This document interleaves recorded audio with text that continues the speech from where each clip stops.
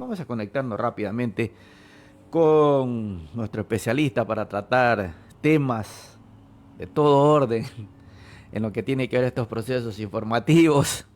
Gracias a quienes nos están enviando mensajes. Gracias, Ricardo Quintero, por estos mensajes. A Darwin León, al ex concejal John Sabando. En fin, hay un tema que también me parece interesante hoy comenzarlo a analizar.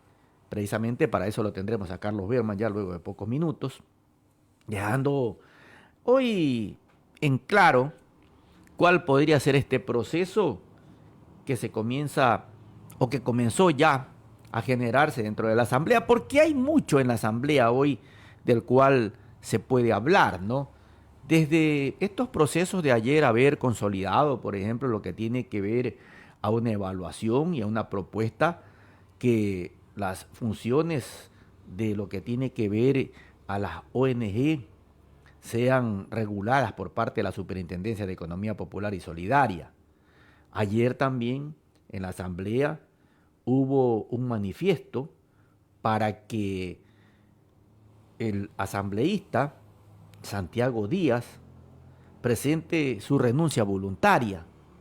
146 votos afirmativos, el día de ayer lo hicieron en la Asamblea, ya por esta investigación que existe, esta acusación de el caso de Díaz en la violación de una menor de edad.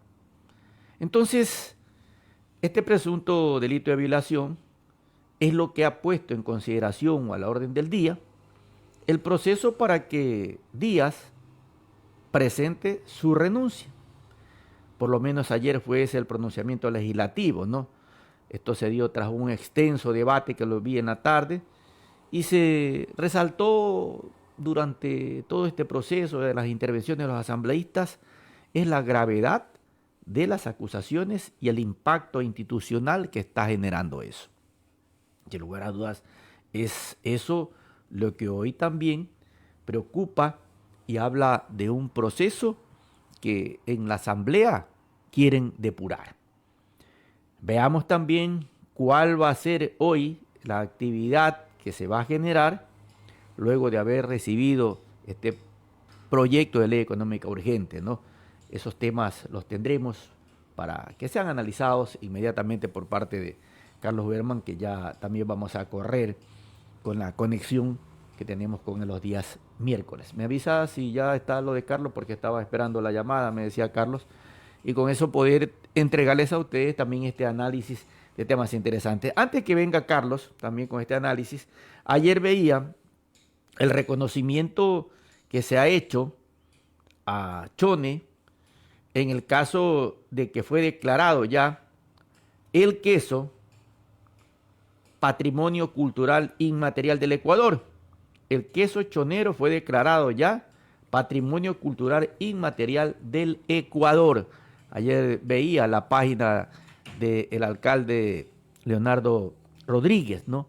Para hacer, él, como dijo, primero la noticia, luego lo orgulloso de esto, de haber obtenido este reconocimiento, ¿no?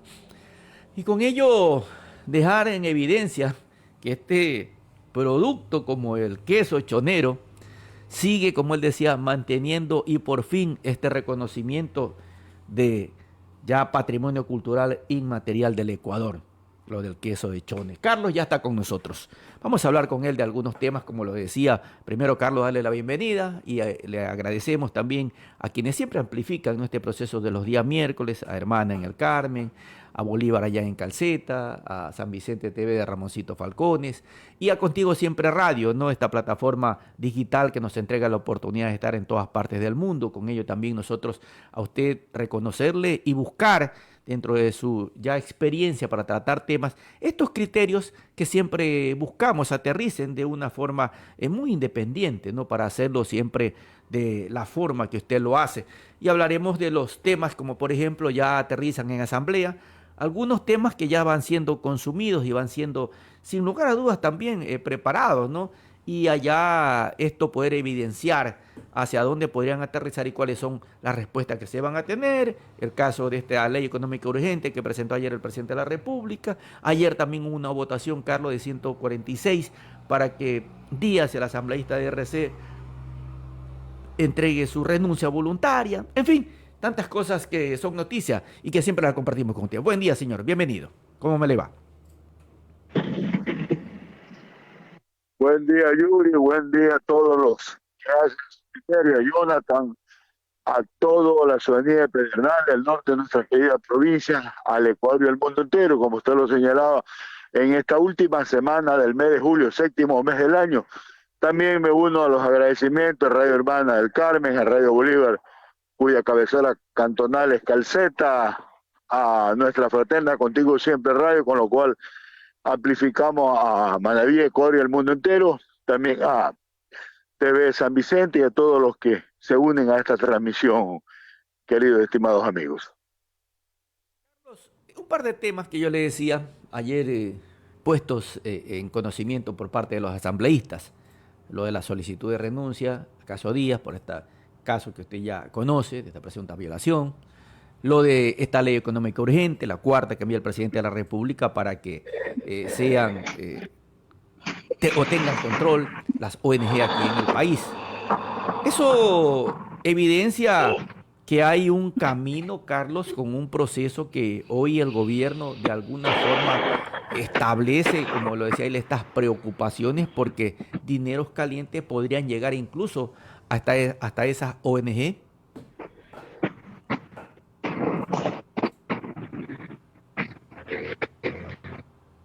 Indudablemente, como usted lo señala, es la cuarta ley económica urgente que llega a la Asamblea Nacional, que ha sido el estilo. Recordemos también que en el primer mandato de actual presidente Noboa fue igual mandó 4 leyes económicas urgentes. En esa época estaba presidido en la Asamblea Nacional por el presidente Kronfle y había una mayoría que buscaba era el darle la seguridad al funcionamiento al país, ¿cierto?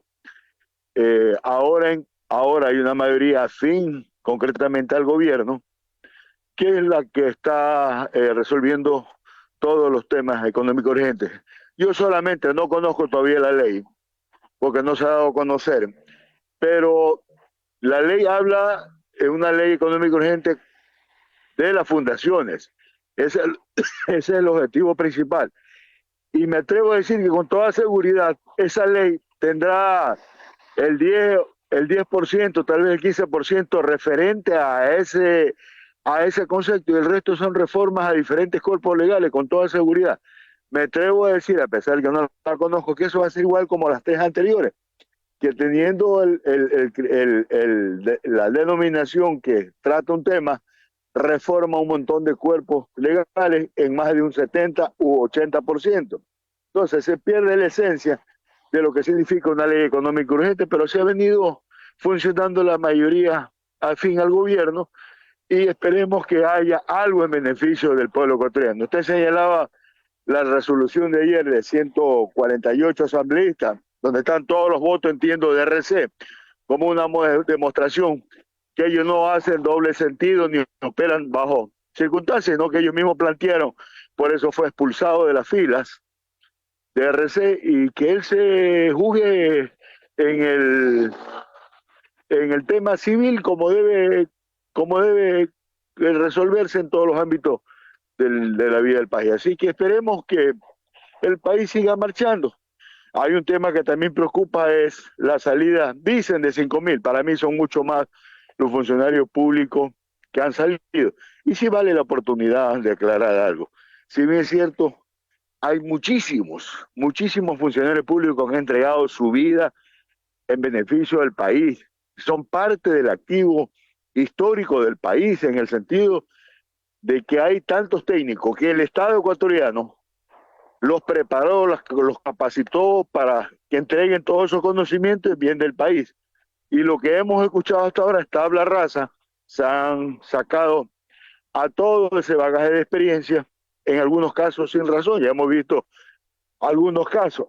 Lo que sí me llama la atención Yo he conversado con varios amigos de varias provincias y efectivamente ha habido salida de muchos funcionarios públicos en provincias. Todavía no hemos visto reacción de la plaza central, es decir, de la matriz, de todos los ministerios y todos los organismos que su oficina, su sede principal es en nuestra querida capital de la República, Quito. Hasta ahora no hemos escuchado que han salido empleados del sector central. Esperemos que solamente sea un criterio, el caso mío, porque ser así es lamentable, porque usted sabe que el país se calienta en las calles en nuestra querida capital de la República, en Quito. Entonces, si lo han hecho a discreción, afectando a los empleados públicos de provincia, es lamentable. Esperemos que la Asamblea cumpla su rol específico. Le voy a dar un ejemplo. Conozco que al único funcionario que manejaba planificación en el Ministerio de Transporte y Obras Públicas, el único, fue despedido y suprimido la partida sin ningún criterio. Como el ministerio, aquí hay una subsecretaría que tiene que ver con todo el ámbito tanto de Manabí como de Santo Domingo. Entiendo que sigue siendo todavía ese el ámbito de cobertura. ¿Cómo va a planificar si ya no hay quien planifique, quien pueda entregar a la oficina central una planificación de dos provincias importantes como son Manabí y Santo Domingo? ¿Cómo está? Buenos días, qué gusto poder saludarle. Su amigo Jonathan Zambrano le saluda hoy por la mañana, esperando que esté muy, pero muy bien. Carlos, mire, el Ejecutivo el 14 de diciembre nos está llamando a una consulta popular, a una consulta popular sería lo correcto. ¿Qué criterio le merece a usted? ¿Necesidad o ensayo electoral? A ver, ya el gobierno ya sabemos cómo opera, lanza simplemente como manera el globo de ensayo temas. Hasta ahora no se sabe cuáles son las preguntas, para qué se llama una consulta popular. Mire, perdónenme lo que voy a decir, se ha manejado con tanta irresponsabilidad la cosa pública. Sabemos que hay un déficit fiscal alto, alto, y ya vemos que el presidente ya lanzó que va a volver a poner en práctica, en plena campaña electoral, si es que se aprueba la consulta popular en diciembre, un proyecto nuevamente para los jóvenes, para 80.000 jóvenes, dice, cuando eso significa algunos cientos de miles de dólares. Está bien por la juventud, pero yo pregunto, ¿qué bagaje, qué resultado hubo cuando entregó de igual manera esos recursos a estos jóvenes? ¿Cuál fue el resultado? ¿Cuál fue el beneficio para esa misma juventud? Momentáneamente o simplemente lo que avisoramos y lo que se sabe que es solamente un plan de campaña. Lo mismo vuelve a ser ahora. Y yo digo, no puede ser que el Consejo Nacional Electoral siga en manos de quienes hay una duda de todos los sectores del país, cuando ellos están ya antidemocráticamente e ilegal prorrogados en funciones cuando deben ser reemplazados por sus suplentes, sus alternos, para darle por lo menos una mayor transparencia al tema electoral. Ese es mi punto de vista. Entonces yo no creo, no hay razón para una consulta popular. Es decir, él sigue jugando con los intereses del país. Primero sale él mismo, su vocero, el ministro de la Ganga, perdón, de la Gasca, a decir que no es ahora el momento, que están estudiando, y de noche a la mañana parece que sí, que va a haber en diciembre una consulta popular. Estamos claros en el tema de que sería más un ensayo electoral que una necesidad de preguntar lo que ya está establecido en la Constitución, un poco para resumir este análisis, Carlos.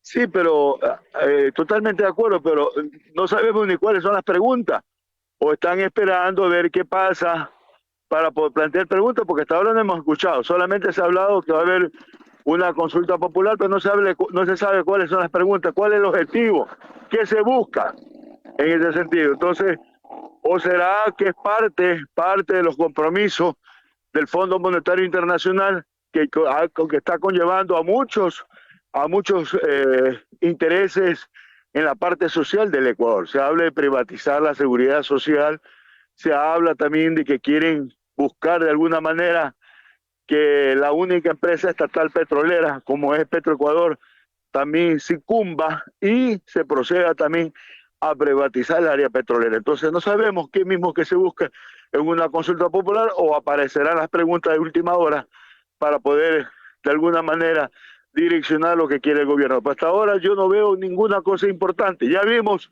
una consulta popular que se gastó más de 50 millones de dólares y que el pueblo ecuatoriano le dijo no a las dos preguntas que él auspiciaba, que era importante. La una era eliminar el tema de los acuerdos internacionales, que no haya patrocinios en ningún otro tema que no sea en el mismo país. Y la segunda también fue donde perdió las dos preguntas que hizo el gobierno nacional. 8 de la mañana. Gracias, Carlos, por tan importantes temas. Siempre es oportuno analizarlo con usted, lo que hace noticia aquí en el país y en el mundo hoy también, con algunas expectativas y con alguna generación de noticias, ¿no? Eso también nosotros siguiéndole el rastro a toda información hoy de tipo oficial que le queremos entregar también a la ciudadanía. Le agradezco mucho, Carlos, por tan importantes temas el día de hoy. Quería aprovechar también para pedir calma y serenidad al pueblo ecuatoriano. Se habla de un posible tsunami, ya hay una información oficial que hay que estar atento a las vocerías oficiales. Lastimosamente a veces hay personas que no ven el daño que puede ocasionar, más aún Manabí, que es una zona costera bastante extensa, son 300 kilómetros de playa, por lo tanto es preocupante y hay que tener la serenidad que escuchemos a vocerías oficiales para tener la tranquilidad y esperemos que el Todopoderoso, como siempre, siga iluminando y bendiciendo los hogares y familias manabitas ecuatorianos. Muchas gracias. Gracias también, Carlos, a usted.